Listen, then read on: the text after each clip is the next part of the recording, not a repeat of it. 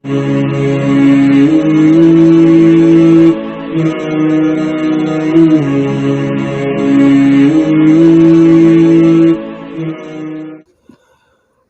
علیکم ورحمۃ اللہ وبرکاتہ۔ نحمدہ ونصلی علی رسولہ الکریم، اما بعد، اعوذ باللہ من الشیطان الرجیم، بسم اللہ الرحمن الرحیم۔ لقد کان لکم فی رسول اللہ اسوۃ حسنہ، صدق اللہ العظیم۔ اللہم صلی علی محمد وعلی آل محمد کما صلیت علی ابراہیم وعلی آل ابراہیم انک حمید مجید۔ اللہم بارک علی محمد وعلی آل محمد کما بارکت علی ابراہیم وعلی آل ابراہیم انک حمید مجید۔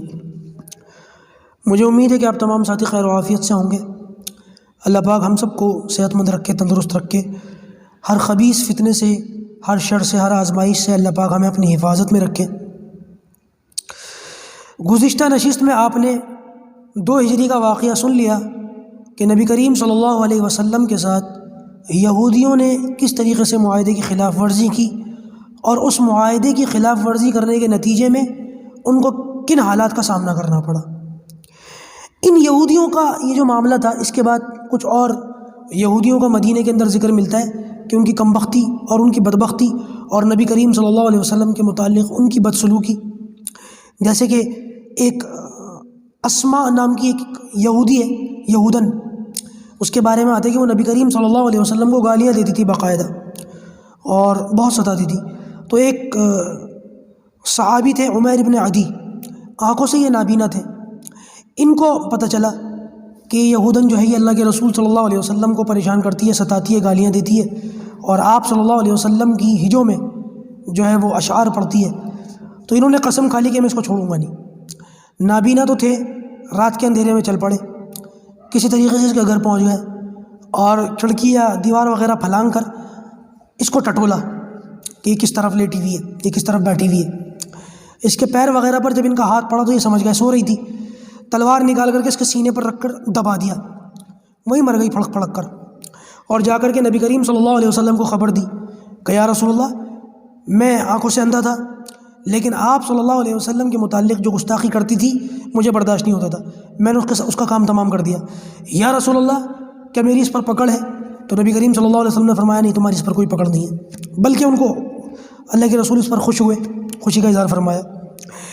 اسی طریقے سے ایک شخص اور ہے، اس کے بارے میں آتا ہے کہ وہ ابو افق یہودی، یہ نبی کریم صلی اللہ علیہ وسلم کو برا بھلا کہتا تھا، گالم گلوچ کرتا تھا۔ تو آپ صلی اللہ علیہ وسلم کو اس سے اتنی تکلیف پہنچی کہ آپ نے خود فرمایا کہ کوئی ہے جو اس کی زبان بند کر سکے؟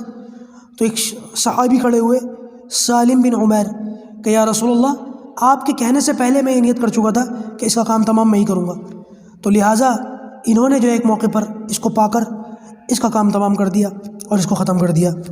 کہتے ہیں کہ اس تلوار سے میں نے اس کو مارا تھا، اس کی ہڈی تک ٹوٹی اس تلوار کے وار سے۔ اس سے پتہ یہ چلتا ہے کہ نبی کریم صلی اللہ علیہ وسلم کی شان میں جب بھی کوئی شخص گستاخی کرے تو کوئی ایمان والا بیٹھ نہیں سکتا خاموش۔ ہاں، میں یہ نہیں کہتا اس وقت کے دور میں تو لا اینڈ آرڈر تھا نہیں، حالات تو دوسرے تھے۔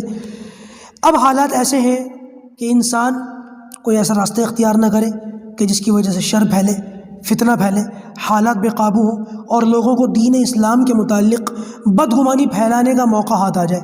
لہٰذا اللہ نہ کرے آج کے دور میں اگر کوئی شخص نبی کریم صلی اللہ علیہ وسلم کی شان میں گستاخی کرتا ہے یا قرآن کے بارے میں بکواس کرتا ہے یا دین اسلام کے بارے میں بکواس کرتا ہے، تو اپنے قانونی جو بھی قانونی حقوق ہیں ہمارے، اس کو اختیار کر کے، اور اسلامی تنظیمیں جتنی نظر آ رہی ہیں، مسلم پرسنل لاء بورڈ ہے، جمعیت علماء ہند اور بھی جتنی دوسری تنظیمیں ہیں، ان کا سہارا لے کر کے اس کے خلاف کارروائی لے، ایکشن لے، کارروائی کرے۔ یہ ہو سکتا ہے ایسا کوئی کام نہ کرے، خدا نہ خواستہ، میں اس کی ہرگز ترغیب نہیں دوں گا کہ جس کی وجہ سے دین اسلام کے اوپر کوئی بات آئے اور لوگوں کو بکواس کرنے کا موقع ملے۔ بہرحال یہ چند ایک چیزیں تھیں 2 ہجری کی۔ اچھا، 2 ہجری کا ایک واقعہ اور سن لیجئے، وہ ہے حضرت علی اور حضرت فاطمہ رضی اللہ تعالیٰ عنہما کے نکاح کا۔ بڑا زبردست واقعہ، ایمان تازہ ہو جاتا ہے سن کر کے۔ 2 ہجری کا واقعہ یہ، اور اس کے بعد پھر 2 ہجری ختم ہو جاتی ہے، پھر 3 ہجری شروع ہو جاتی ہے، اور 3 ہجری کے اندر پھر احد کی باتیں، غزوہ احد جو پیش آیا تھا اور مسلمانوں کو اس میں شکست ہوئی تھی بڑی زبردست۔ عہد کے بارے میں بھی بات کریں گے، شکست پر بھی بات ہوگی، اور شکست کے اسباب کیا بنے اس پر بھی بات ہوگی، اور ہمیں اس سے سبق کیا ملتا ہے انشاءاللہ اس پر بھی بات ہوگی۔ میں امید کرتا ہوں کہ ہماری یہ کلاس دن بدن اب طویل ہوتی جا رہی ہے، اب تقریباً 2 مہینے تو پورے ہو ہی گئے، لیکن یہ ہے کہ بس باتیں باقی ہیں، تو باتوں کو تو ادھورا نہیں چھوڑا جا سکتا، انشاءاللہ اس کو پورا کر کے ہی دم لیں گے۔ بلکہ مجھے ساتھیوں کی طرف سے بجائے اس کی، مجھے تو ڈر تھا کہ کہیں اللہ نہ کرے ساتھیوں کی جانب سے شکایت نہ آنی شروع ہو جائے کہ وقت پورا ہو گیا اور کام پورا نہیں ہوا، لیکن اس کے بجائے ساتھیوں کی طرف سے خوشی ہی کا مجھے اظہار ملا کہ نہیں جی نہیں، ہمیں تو اچھا لگ رہا ہے اور پڑھائیے اور تفصیل سے پڑھائیے، تو مجھے دیکھ کر کے بڑی خوشی ہوئی۔ بہرحال اس پر بھی آئیں گے، لیکن اس سے پہلے ان کے نکاح پر بات کر لیتے ہیں۔ نبی کریم صلی اللہ علیہ وسلم کا جب ارادہ ہوا حضرت فاطمہ کے نکاح کا، خبر تو مدینہ کے اندر چلی گئی تھی، تو سب سے پہلے حضرت ابوبکر صدیق رضی اللہ تعالیٰ عنہ نے نکاح کا پیغام بھیجا نبی کریم صلی اللہ علیہ وسلم کو کہ میں نکاح کا خواہش مند ہوں۔ آپ صلی اللہ علیہ وسلم نے حضرت ابوبکر کو یہ جواب دے دیا کہ میں اللہ تعالیٰ کی طرف سے وحی کا انتظار کر رہا ہوں فاطمہ کے بارے میں۔ وہ چلے گئے، حضرت عمر کو پتہ چلا، تو بعد میں حضرت عمر نے نکاح کا پیغام بھیجا کہ یا رسول اللہ میں نکاح کا خواہش مند ہوں۔ نبی کریم صلی اللہ علیہ وسلم نے حضرت عمر کو بھی یہی جواب دیا کہ میں اللہ تعالیٰ کی طرف سے فاطمہ کے بارے میں فیصلے کا انتظار کر رہا ہوں۔ یہ دونوں حضرات جو ہیں وہ واپس آ گئے، ایک ایک کر کے نکاح کا پیغام بھیجا اور اس کے بعد واپس آ گئے۔ نکاح کا پیغام بھیجنے کے بعد انہوں نے حضرت علی رضی اللہ تعالیٰ عنہ کو اپروچ کیا کہ ایک کام کرو، تم جا کر کے جو ہے بات کرو۔ تو انہوں نے جو ہے حضرت علی نے سوچا کہ میں کیا جا کر کے بات کروں، میرے پاس تو نہ دینے کے لیے مہر ہے اور نہ رہنے کے لیے مکان ہے، تو نکاح کے لیے کم سے کم یہ 2 چیزیں تو ہوں کہ بیوی کو دینے کے لیے مہر ہو اور رکھنے کے لیے کوئی جگہ ہو، یہ دونوں چیزیں ان کے پاس نہیں تھیں۔ تو کہنے لگے لیکن مجھے اپنے دونوں ساتھیوں کے اس مخلصانہ مشورے پر بڑی خوشی ہوئی، اور میں اس ارادے سے چل پڑا کہ کم سے کم نبی کریم صلی اللہ علیہ وسلم سے جا کر کے بات کروں۔ اچھا جی، یہ بات میں آپ کو بتا چکا ہوں کہ آپ صلی اللہ علیہ وسلم جو ہے حضرت علی کے ولی بھی تھے۔ حضرت علی جو ہے وہ بیٹے تھے ابو طالب کے، اور حضرت عباس نے اور نبی کریم صلی اللہ علیہ وسلم نے ابو طالب کی تنگی کی وجہ سے ان کے ایک ایک بیٹے کو گود لے لیا تھا، اپنی پرورش میں لے لیا تھا، تو نبی کریم صلی اللہ علیہ وسلم نے حضرت علی کو خود پالا، ان کے ولی بھی تھے۔ تو حضرت علی کہتے ہیں کہ نبی کریم صلی اللہ علیہ وسلم ساری زندگی جو انہوں نے مجھے پالا پوسا، میں ان کی ولایت میں تھا، تو مجھے شرم محسوس ہوئی کہ میں اللہ کے رسول صلی اللہ علیہ وسلم سے کس طریقے سے کہوں، خاموش بیٹھا رہا۔ آپ صلی اللہ علیہ وسلم نے میری خاموشی کو تاڑ لیا اور سمجھ گیا کہ میں کس لیے آیا ہوں، اور آپ نے خود سامنے سے مجھ سے پوچھا علی فاطمہ کے رشتے کے لیے آئے ہو؟ کہنے لگے یا رسول اللہ ہاں اسی ارادے سے آیا ہوں۔ تو اس پر اللہ کے رسول مسکرائے، کوئی بات نہیں ہوئی، یہ اٹھ کر باہر آ گئے۔ تو ابوبکر صدیق اور عمر فاروق رضی اللہ تعالیٰ یہ دونوں کھڑے ہوئے تھے۔ انہوں نے پوچھا کیا ہوا؟ کہنے لگے کچھ بھی نہیں ہوا، منع ہو گیا۔ کہنے لگے منع ہو گیا؟ کیسے منع ہو گیا؟ کوئی بات کہی اللہ کے رسول نے؟ تو کہنے لگے کہ نہیں کوئی بات نہیں، کہ بس خاموش رہے، اور تو کوئی جواب نہیں دیا، تو خاموشی تو منع ہی ہے۔ تو ابوبکر صدیق اور عمر فاروق کہنے لگے اللہ کے بندے یہ خاموشی منع نہیں ہے بلکہ قبول ہو گیا، ہو جائے گا۔ یہ جو خاموشی ہے نا پیغمبر کی، یہ قبولیت ہے، قبولیت کی طرف اشارہ ہے، انکار کی طرف اشارہ نہیں ہے۔ بہرحال اس کے بعد جو ہے نبی کریم صلی اللہ علیہ وسلم نے حضرت علی کا پیغام آ چکا ہے اور آسمان سے وحی آ چکی ہے۔ اس کے بعد نبی کریم صلی اللہ علیہ وسلم نے وہ زبردست کام کر کے دکھایا کہ جو آج امت کے لوگوں کے لیے بہت بڑا سبق ہے۔ آپ صلی اللہ علیہ وسلم نے حضرت فاطمہ سے کہا کہ علی یہ جو ہے رشتہ ان کا آیا ہے اور اللہ تعالیٰ کی طرف سے بھی یہ فیصلہ ہے، فاطمہ تمہارا کیا ارادہ ہے؟ بیٹی سے پوچھا تو حضرت فاطمہ نے بہرحال جواب تو دے دیا، یہ شرم کا اظہار کیا، لیکن آج ہمارے لیے سبق اس بات میں ہے کہ ہم کہاں جا رہے ہیں، بچیوں سے نہیں پوچھتے، کہتے ہیں کہ بیٹیوں سے کوئی پوچھا جائے گا، بیٹی سے کوئی فیصلہ لے، تمہیں زندگی گزارنی ہے اس کو گزارنی ہے۔ ایک واقعہ مجھے یاد آیا، میں یہاں پر وہ سنا دوں۔ میں ہماری مسجد کے اندر بچوں کو پڑھاتا ہوں، تو ایک نوجوان لڑکا آ گیا میرے پاس، کہنے لگا جی میرا نکاح پڑھا دو، اور مجھے مشکل سے وہ 16-17 سال کا لگ رہا تھا۔ میں نکاح پڑھا دوں گا کیا مطلب ہے، تیرے ماں باپ کہاں ہیں؟ کہ میں ایک لڑکی سے محبت کرتا ہوں اور ماں باپ جو ہے راضی نہیں ہیں، اور میں کسی بھی حال میں اس سے شادی کرنا چاہتا ہوں، شادی نہیں ہو تو میں مر جاؤں گا، میرا نکاح پڑھا دو۔ تو میں نے اس سے کہا وہ لڑکی کہاں ہے؟ کہ وہ ایک جگہ ہے، ایک گھر میں ہے، اور وہ آپ چلیے میرے ساتھ، اور جو ہے وہ میں نے پوچھا بھائی تم کتنے سال کے ہو؟ کہنے لگا میں 18 سال کا ہوں۔ میں نے تم لگتے تو نہیں؟ کہنے لگا میں آدھار کارڈ دکھا دوں گا اپنا 18 سے زیادہ کا ہوں۔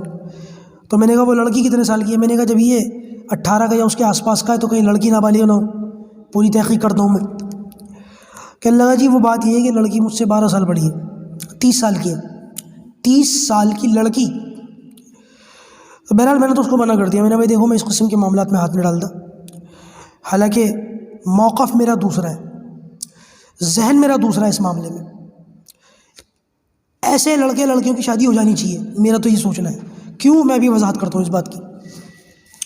ہاں خود میں نہیں کرتا، کیوں؟ کیونکہ میری ایک ذمہ داری ہے، مسجد سے متعلق، دین سے متعلق۔ لوگوں کا بس تو کہیں اور چلتا نہیں، مسجد کے اماموں پر، علماء پر بڑی جلدی بس چلانے آ جاتے ہیں، اپنا سارا غصہ، اپنا سارا معاملہ ہم پر اتارنے کے لیے آ جاتے ہیں۔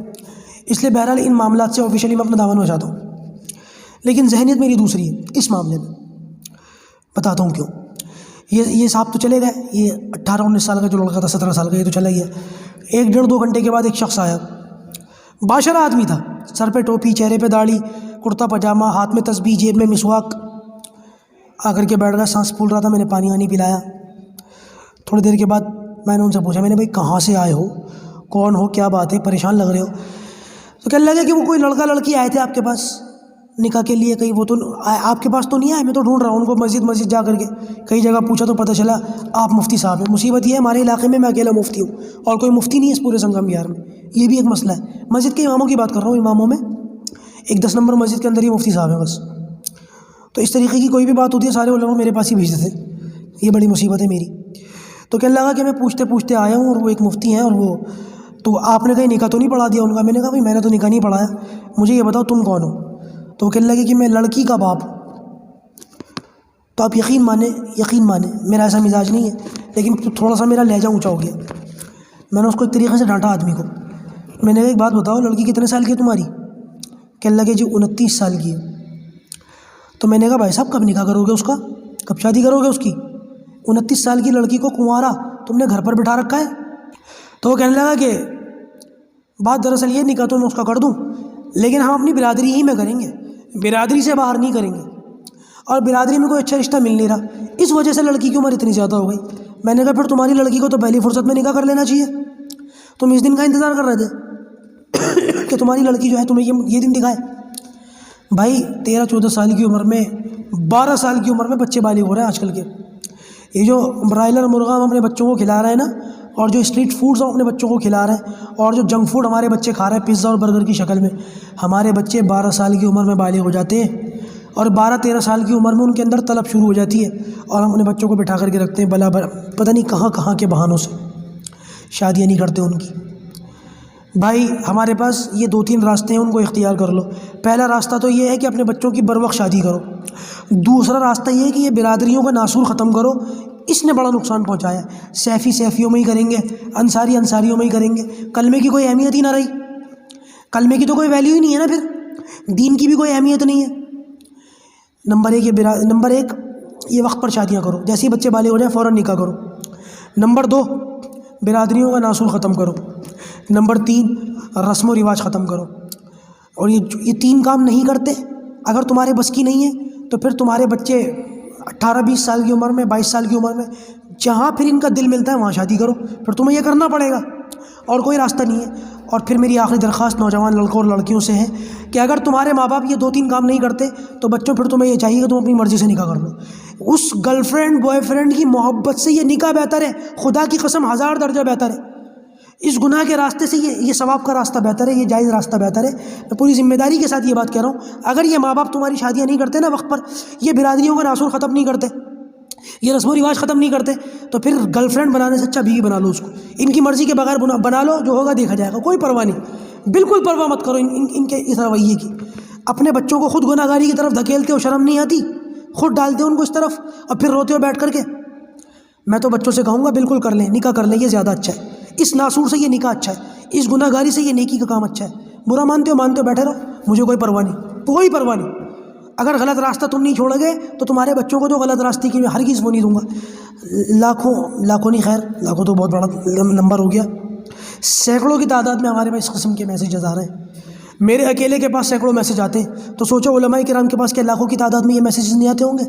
لڑکا اور لڑکی کہتے نہیں ہوں گے پھوٹ پھوٹ، اللہ کی قسم، اللہ کی قسم، اللہ کی قسم، میرے مسجد کے حجرے میں نوجوان لڑکے پھوٹ پھوٹ کر کے روتے ہیں کہ فلاں جگہ ہمارا دل مل گیا ہے، ماں باپ نہیں مانیں گے، مولانا صاحب میں کیا کروں، مجھے کوئی عمل بتا دو میں اس لڑکی کو بھول جاؤں۔ یہاں تک نوبت کیوں آئی؟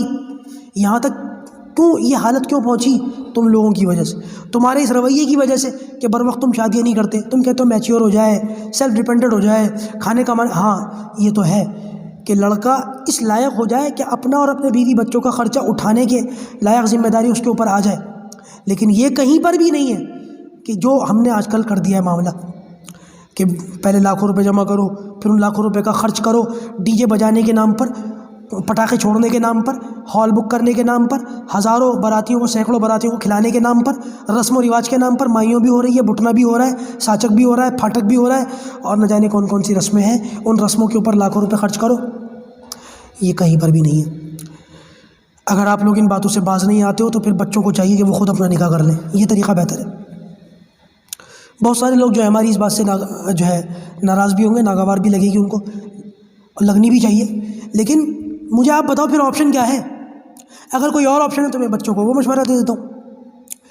آپ بچوں کی شادیاں بر وقت نہیں کرتے، آپ برادری کا ناصر ختم نہیں کرتے، آپ رسم و رواج ختم نہیں کرتے، آپ فضول خرچیاں ختم نہیں کرتے، آپ بچوں کی پھر ان کی مرضی کی شادیاں بھی نہیں کرتے، یہ ساری چیزیں نہ ہونے کے بعد جب بچے اپنی پسند کا اظہار کرتے تو آپ وہ بھی نہیں مانتے، تو پھر اور کیا مشورہ دوں بچوں کو؟ بتاؤ۔ تسبیح تو لے کر کے بیٹھیں گے نہیں وہ کہ بھائی ہر وقت مسجد میں اعتکاف میں تسبیح لے کر کے بیٹھ جائیں۔ دیکھیے جب بھوک لگے گی تو انسان یا تو حلال طریقے سے اپنی ضرورت کو پورا کرے گا، اور اگر اس کے پاس حلال راستہ نہیں ہوگا تو پھر وہ حرام طریقہ ضرور اختیار کرے گا۔ تو پھر میں بچوں کو حلال طریقہ نہ بتاؤں، حرام سے نہ بچاؤں؟ بھائی میں تو یہی رائے دیتا ہوں۔ پھر بہت سارے لوگوں کو چپتی رہے لگے گی بہت سارے لوگوں کو، لیکن کیا کروں میں، آپ لوگوں نے ہمارے پہلے کے مشورے قبول نہیں کرے تو پھر بعد کے مشورے بچوں کے لیے۔ اچھا جی، بات آ رہی تھی حضرت علی کے تعلق سے، تو نبی کریم صلی اللہ علیہ وسلم نے ان کو بلایا اور بلا کر کے ان سے پوچھا کہ بھائی وہ مہر ہے تمہارے، مہر میں دینے کے لیے کچھ ہے؟ کہ لگے یا رسول اللہ میرے پاس تو کچھ بھی نہیں ہے۔ تو آپ نے فرمایا کہ وہ جو بدر میں تمہیں زیرہ ملی تھی مال غنیمت کے طور پر وہ تو ہوگی؟ کہ یا رسول اللہ وہ تو میرے پاس ہے۔ تو آپ نے فرمایا پھر اسی سے مہر کا انتظام کرو۔ تو یہ زیرہ لے کر کے چل پڑے بازار میں بیچنے کے لیے۔ حضرت عثمان غنی رضی اللہ تعالیٰ عنہ مل گئے۔ حضرت عثمان غنی نے اس جو ہے زیرہ کو خرید لیا، اور بہت مہنگی زیرہ، بہت مہنگے پیسوں میں خریدا، 480 کے قریب درہم دیے اور وہ زیرہ لے لی، اور پیسے دینے کے بعد پھر ایک غلام کے ہاتھ یا کسی کے ہاتھ وہ زیرہ واپس بھجوا دی ایز اے گفٹ، کہ زیرہ خرید بھی لی، پیسے بھی دے دیے اور زیرہ واپس بھی بھیج دی۔ اس پر حضرت علی بڑے خوش ہوئے۔ حضرت عثمان نے، اللہ تبارک و تعالیٰ نے حضرت عثمان سے اس طریقے سے کام لیا ہے۔ تو اس سے یہ پیسے لے جا کر کے حضرت علی نے نبی کریم صلی اللہ علیہ وسلم کے سامنے رکھ دیے۔ بہت سارے لوگ کہتے ہیں کہ نبی کریم صلی اللہ علیہ وسلم نے جو ہے حضرت فاطمہ کو جہیز دیا، حالانکہ جہیز نہیں تھا یہ۔ نبی کریم صلی اللہ علیہ وسلم حضرت علی کے ولی بھی تھے، جیسے کہ میں نے ابھی بتایا۔ تو اس کا یہ معاملہ تھا کہ نبی کریم صلی اللہ علیہ وسلم نے اپنے سرپرستی کی طرف سے کچھ سامان کا انتظام کیا۔ سب سے پہلے تو حضرت علی نے خوشبو خریدی اور کچھ کپڑے خریدے اللہ کے رسول کے حکم سے۔ ادھر نبی کریم صلی اللہ علیہ وسلم نے سامان کے طور پر کچھ جو ہے ایک لحاف دیا اور ایک گدا دیا، چمڑے کا گدا تھا، اور اس کے اندر روئی نہیں تھی بلکہ وہ کچھ درخت کی چھال وغیرہ بھری ہوئی تھی، اور چکیاں دیں آٹا اور کچھ راشن وغیرہ پیسنے کے لیے، مشکیزہ دیا پانی پلانے کے لیے، اور 2 مٹی کے گھڑے دیے۔ بس یہ کل سامان تھا حضرت علی کے گھر کا۔ اور مدینہ ہی کے، یہ تو مدینہ کے کچھ باہر یا مدینہ کے اندر ہی کہیں دور حضرت علی نے کرائے پر مکان لے لیا اور نکاح ہو گیا، اور نکاح کر کے یہ لوگ اس مکان کے اندر شفٹ ہو گئے۔ اچھا جی، نبی کریم صلی اللہ علیہ وسلم کے جتنے حجرے تھے، حضرت عائشہ کا حجرہ، حضرت حفصہ کا حجرہ، حضرت سودا کا حجرہ، یہ حجرے پہلے حضرت حارثہ بن نعمان رضی اللہ تعالیٰ عنہ کے مکان تھے۔ ان کے کئی مکان تھے، اور یہ ایک ایک کر کے سارے مکان نبی کریم صلی اللہ علیہ وسلم کو دے دیا کرتے تھے۔ صرف ایک مکان بچا تھا ان کے پاس۔ تو نبی کریم صلی اللہ علیہ وسلم نے اس تمنا کا اظہار فرمایا، کیونکہ حضرت فاطمہ دور تھی، آپ کا یہ دل چاہتا تھا کہ میری فاطمہ میری لخت جگر میرے قریب آ جائے، تو آپ نے اس تمنا کا اظہار فرمایا کہ کاش حارثہ بن نعمان کے پاس جو مکان ہے وہ میری بیٹی کو دے دے، فاطمہ کو دے دے۔ تو حضرت علی کو شرم محسوس ہوئی کہ یا رسول اللہ اپنے سارے مکان انہوں نے ایک ایک کر کے ہمیں دے دیے، آپ کو دے دیے، اب میری زبان نہیں پڑتی، میرا منہ نہیں پڑتا کہ حارثہ سے میں یہ بات کہوں۔ تو حارثہ کو جب پتہ چلا وہ نبی کریم صلی اللہ علیہ وسلم کے پاس آئے اور کہنے لگے یا رسول اللہ جو مال آپ مجھ سے لے لیتے ہیں وہ مال مجھے زیادہ محبوب اور پسندیدہ ہے اس مال کے مقابلے میں جو آپ میرے پاس چھوڑ دیتے ہیں۔ تو آپ نے فرمایا صدقتا یا حارثہ، صدقتا، حارثہ تو نے صحیح کہا کہ واقعی تجھے اس مال سے زیادہ محبت ہے جو میں لے لیتا ہوں۔ پھر انہوں نے اپنا آخری گھر بھی حضرت فاطمہ الزہرا رضی اللہ تعالیٰ عنہ کے لیے دے دیا اور اس کے اندر حضرت فاطمہ اور حضرت علی رضی اللہ تعالیٰ عنہ آ کر کے رہنے لگے۔ اور نبی کریم صلی اللہ علیہ وسلم سے وہ روایت بار بار ملتی ہے نا، کئی جگہوں پر ملتی ہے کہ اللہ کے رسول حضرت فاطمہ کے گھر گئے، حضرت فاطمہ سے پھر اپنے حجرے پر آئے، تو قریب قریب تھا یہ مکان۔ میں نے ابھی 2-3 دن پہلے ایک کتاب کا وہ لگایا تھا اسکین، میں نے آج بھی لگایا تھا، صحابہ کرام کے مکانات۔ یہ پڑوس ملک کے اندر ہے، مفتی سید عدنان کاکا خیل صاحب، انہوں نے سیرت پڑھائی ہے بڑے اچھے طریقے سے، جیسے میں پڑھا رہا ہوں ویسے انہوں نے سیرت پڑھائی ہے۔ سیرت پڑھاتے ہوئے انہوں نے ایک بہت بڑے عالم ہے یا ڈاکٹر ہے، ان کا حوالہ دیا تھا، ڈاکٹر الیاس عبدالغنی صاحب۔ ان کی بڑی محنت ہے کہ کئی سالوں کے اوپر انہوں نے مسجد نبوی کے اندر ریسرچ کر کے وہاں پر صحابہ کرام کے گھروں کو ٹٹولا اور ان کے میپ تیار کیے، اور باقاعدہ ان میپ کو میں پڑھ رہا تھا اس کتاب کے اندر، باقاعدہ اس کے اندر حجروں کی شکل ہے، کیونکہ اس وقت کا جو مدینہ تھا اس وقت کے مدینے کے مقابلے میں آج کی مسجد نبوی بڑی ہو چکی ہے، مدینہ سے بھی بڑی ہو چکی ہے۔ تو صحابہ کرام کے کس صحابی کے گھر کہاں تھے اس کے اندر انہوں نے لوکیٹ کر کے دکھایا ہے۔ مولانا نے اس کتاب کا حوالہ دیا تھا، تو وہ کتاب بڑی تلاش کے بعد پھر مجھے ملی اور میں نے اس کی PDF ڈاؤن لوڈ کر لی۔ اگر آپ لوگ کہیں گے تو انشاءاللہ عز و جل جیسے وہ بدر کے صحابہ کے نام آپ کو بھیجے گئے تھے وہ کتاب بھی آپ کو بھیجی جائے گی انشاءاللہ۔ آپ اس کتاب کا مطالعہ کریں اور اس کو دیکھیں اور آپ کو پتہ چلے گا کہ صحابہ کرام کے گھر کیسے تھے۔ اس سے ایک فائدہ یہ ہوگا کہ جب کبھی بھی آپ حج کرنے یا عمرہ کرنے وہاں جائیں گے اور مسجد نبوی کے حرم کے اندر داخل ہوں گے تو اس کتاب کو پڑھنے کی برکت سے صحابہ کرام کے گھر آپ کو مل جائیں گے۔ حضرت فاطمہ کا گھر کہاں تھا، فلاں صحابی کا گھر کہاں تھا، نبی کریم صلی اللہ علیہ وسلم کا کون سا حجرہ کدھر تھا، یہ ساری چیزیں لوکیٹ کرنے میں آپ کو آسانی ہوگی اور آپ خود اس جگہ پر کھڑے ہو کر کے اندازہ لگا لو۔ اس کتاب کا یہ بہت بڑا فائدہ ہے اور دوسرے لوگوں کو بھی آپ بتاؤ گے، لوگ حیران ہو جائیں گے کہ اس کو کیسے پتہ۔ تو لہٰذا ایسی کتابوں کو دیکھا کریں، پڑھا کریں، اس سے ایمان تازہ ہوتا ہے۔ اور مسجد نبوی کے اندر آج بھی وہ نشان بنائے گئے، یہ نہیں کہ صرف وہاں جا کر کے اندازہ لگانا پڑے گا بلکہ وہاں نشان موجود ہیں۔ جیسے کہ میں نے بتایا تھا نا اصحاب صفہ کا چبوترا، اور وہاں پر لوگ کھجوریں لا کر کے ٹانگ دیا کرتے تھے، تو اس چبوترے کے پاس آج باقاعدہ اوپر چھت کے اوپر سونے کے کھجور کے وہ تنے کے نشان بنائے گئے جس سے اندازہ لگایا جاتا ہے کہ وہی صفہ چبوترا تھا۔ وہاں لوگ بیٹھ کر کے قرآن پڑھتے ہیں، کچھ نفل وغیرہ پڑھتے ہیں تو ان کو لوکیٹ کیا جاتا ہے، اور ریاض الجنہ وغیرہ اس کی جو ہے وہ پتہ چل جاتی ہے۔ تو بھائی آپ لوگ جایا کریں، دیکھا کریں اور ان کتابوں کو پڑھ کر کے جایا کریں تاکہ ان چیزوں سے جو ہے ہمیں ان چیزوں کا علم حاصل ہو، معلومات حاصل ہو۔